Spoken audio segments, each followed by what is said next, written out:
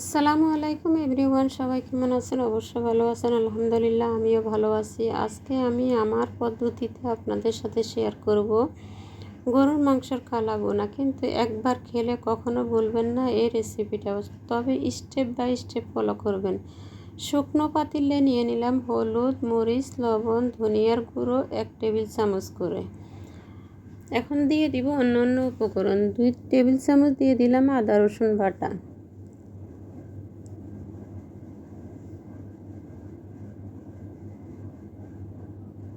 3 table চামচ দিয়ে দিলাম খাওয়ার রেগুলার রান্নার সয়াবিন তেল দিয়ে এটাকে আমি ম্যারিনেট করে 5 মিনিটের মতো রেখে দিব, যাতে মশলাগুলো একবারে বাটা মশলার মতো ফ্লেভার আসে বা মশলাগুলা তাজা হয়ে যায়। শুকনো মশলা তো, তার জন্য আমি এই প্রসেসটা নিয়ে নিলাম। আর ভিডিওটা ছোটো করে দিয়েছি আপনারা যাতে বুঝতে পারেন। এখানে আমি 2 কেজি গরুর মাংস ধুয়ে পরিষ্কার করে পানি ঝরিয়ে নিচ্ছি, কিন্তু এখানে পানি রাখবেন না। পানি রাখলে কিন্তু মাংসটা পানি ছেড়ে দিতে পারে বেশি। আর আমার এই রেসিপিটা কোনো পানি দেওয়া হবে না, একবারে মাংসর পানিতে কিন্তু ভুনা কালা ভুনাটা হবে। তবে কিন্তু একটু ফলো করলে বুঝতে পারবেন এই ভুনাটার স্বাদ এবং ফ্লেভার, না রান্না করলে বুঝতে পারবেন না। দিয়ে দিলাম পেঁয়াজ 1 কাপের মতো। এখানে আমি 2 ভাবে পেঁয়াজ ব্যবহার করব, তার জন্য 1 কাপের মতো দিয়েছি। দিয়ে দিলাম 1 টেবিল চামচ গরম মশলার গুঁড়া। এই মশলার রেসিপিটা আমার চ্যানেলে দেওয়া আছে, চাইলে দেখে নিতে পারেন। দিয়ে দিলাম জিরার গুঁড়ো। এই মশলাগুলো কিন্তু সব ধরনের মাংসর রেসিপি করা যাবে, খাওয়া খুবই সুস্বাদু হবে। দিয়ে দিলাম 4টা এলাচ এবং 4 টুকরা দারচিনি দিয়ে এখন এগুলাকে সব ম্যারিনেট করে রাখবো। ম্যারিনেটটা হতে হবে কিন্তু একবারে মসৃণভাবে, যাতে মাংসর আশে কিন্তু মশলাগুলা যাতে প্রবেশ করতে পারে। এইভাবে কিন্তু ম্যারিনেট করবেন খুব সুন্দরভাবে, আলতো হাতে। হাত দিয়ে ম্যারিনেট না করলে এর স্বাদ বুঝতে পারবেন না, খাওয়ার ফ্লেভারও পাবেন না। কিন্তু একটু কষ্ট তো করতে হয়, ভালো কিছু করতে হলে কিন্তু একটু কষ্ট করে খেতে হয় আমাদের। যাক, এই ম্যারিনেটটা করার পরে আমি আধা ঘন্টা রেখে দিব রেস্টে। আপনাদের হাতের কাছে যদি সময় না থাকে তাহলে না রাখলেও চলবে, তবে রাখলে কিন্তু বেশি ভালো হয়, মাংসের ভিতরে মশলাগুলো ঢুকে যায়। খুব সুন্দর একটা রেসিপি, একবার হলো ট্রাই করে দেখবেন। ইনশাল্লাহ আপনার ফ্যামিলি ফ্রেন্ডসদের মাধ্যমে আপনি সেরা রাঁধুনি হয়ে উঠবেন। দেখুন আমি কতক্ষণ সময়, এটা আমি কিন্তু প্রায় 5 থেকে 6 মিনিটের মতোই কিন্তু এটাকে আমি ম্যারিনেট করে নিলাম। এখন 2 টেবিল চামচের মতো পানি লেগেছে আমার, শুধুমাত্র মশলাগুলো ধুয়ে মাংসতে দিয়ে দিছি। এখানে আমি এক্সট্রা কোনো পানি ব্যবহার করব না। আর মাংসটা কিন্তু ড্রাইও হবে না, জুসি হবে ইনশাল্লাহ। চুলায় বসিয়ে দিলাম, এখন নাড়াচাড়া করার পালা, আর কোনো কাজ নেই।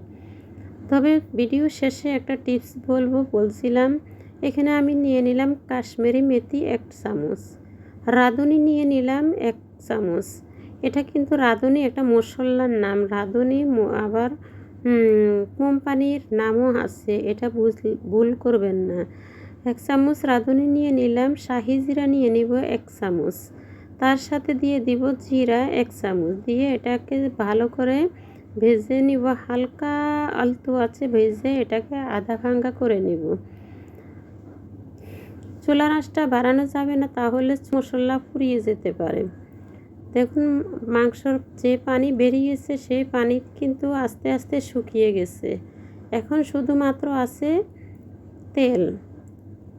মাংসগুলো শুকায় গেছে একবারে।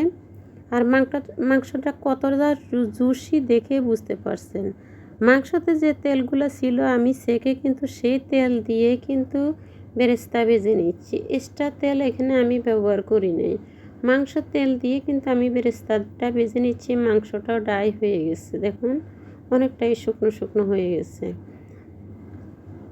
এখন বেরেস্তাটা এখান থেকে আমি অর্ধেকটা বেরেস্তা তুলে নিব, তুলে এক সাইডে রেখে দিব। আর অর্ধেকটা বেরেস্তা দিয়ে কিন্তু আমি মাংসটা আবারও ভেজে নিব বা ভুনে নিব। দেখুন এখনই কিন্তু কালাভুনার কালার এসে গেছে। আর 3 থেকে 4 মিনিট যদি এটা ভাজা হয় তাহলে কিন্তু কালারটা অন্যরকম একবারে কালাভুনার কালার এসে যাবে। আর এখনই ফ্লেভারে কিন্তু ঘরে থাকা যাচ্ছে না, আশেপাশে মানুষে বুঝতে পারছে যে কোনোখানে কালাভুনা হচ্ছে। যে মশলাগুলো আমি মাঝখানে রেডি করে রেখেছি সেই মশলাগুলো এখন অ্যাড করে দিলাম। মশলা অ্যাড করার পরে 3 থেকে 4 মিনিটের মতো আমি এটাকে ভেজে নিব। মাংসটা কতটা জুসি হয়েছে দেখে বুঝতে পারছেন। মাংসটা যেমন জুসি হবে তেমন কিন্তু খেতেও দুর্দান্ত মজা হবে। একবার হলো ট্রাই করে দেখবেন। আর ভিডিওটা ভালো লাগলে আপনাদের ফ্যামিলি ফ্রেন্ডসদের মাধ্যমে ভিডিওটা শেয়ার করে দিবেন। আর যদি বেশি ভালো লাগে একটা লাইক কমেন্ট শেয়ার করতে ভুলবেন না। আর যে যেখান থেকে আমার ভিডিওটা দেখছেন কমেন্ট করে জানাবেন। কমেন্ট করলে ভালো লাগে, কমেন্ট পড়তে ভালো লাগবে। মাংসর কালার দেখে বুঝতে পারছেন কেমন হয়েছে মাংসটা। দেখতে যেমন সুন্দর খেতেও সুন্দর।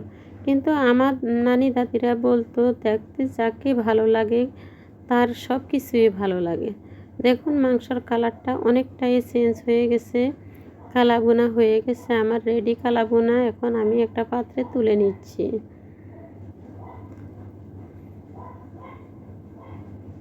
আমি এখানে তেল তুলি নাই, শুধুমাত্র মাংসগুলো শুকনো শুকনো তুলে নিচ্ছি।